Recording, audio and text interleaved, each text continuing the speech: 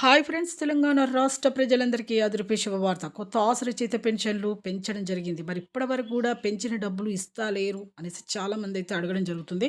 ప్రతి ఒక్కరికి కూడా ఇన్ఫర్మేషన్ అనేది క్లారిటీగా చెప్పాలంటే మీకు స్కిప్ చేయకుండా అయితే వీడియో అయితే చూస్తే మీకైతే నేను క్లారిటీగా అయితే ఇన్ఫర్మేషన్ అయితే ఇస్తాను.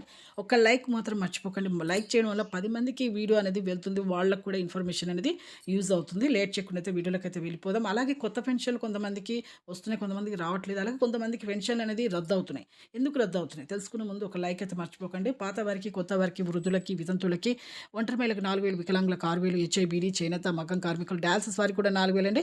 ఈకేవైసీ, ఎంపీసీఐ లింక్ అయితే చేసుకోవాలి. అలాగే మీరు ప్రతి ఒక్కరికి ఇప్పుడు 4 వీలర్ కన్నా బిల్డింగ్స్ ఉన్న అలాగే కార్స్ ఉన్న అలాగే డబుల్ పెన్షన్స్ తీసుకున్న వారు కూడా రద్దు అవుతున్నాయండి. 3 ఎకరాల పంట పొలం, 7 ఎకరాల బీడు భూములు రద్దు అవుతున్నాయి.